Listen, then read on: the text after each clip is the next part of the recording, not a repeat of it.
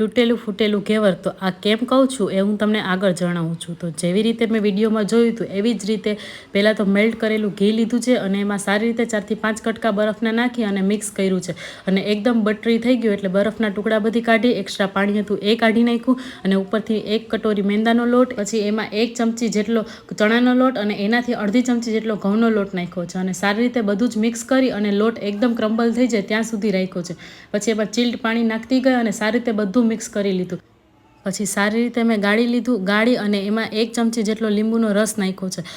Mix કરી અને તેલ મેં પહેલાં જ ગરમ કરવા મૂકી દીધું હતું અને એક ચમચો કરીને ધીમે ધીમે કરતાં એવી રીતે એમાં ડ્રોપ પાડવાના છે જેથી સારી રીતે એમાં જાડી બને.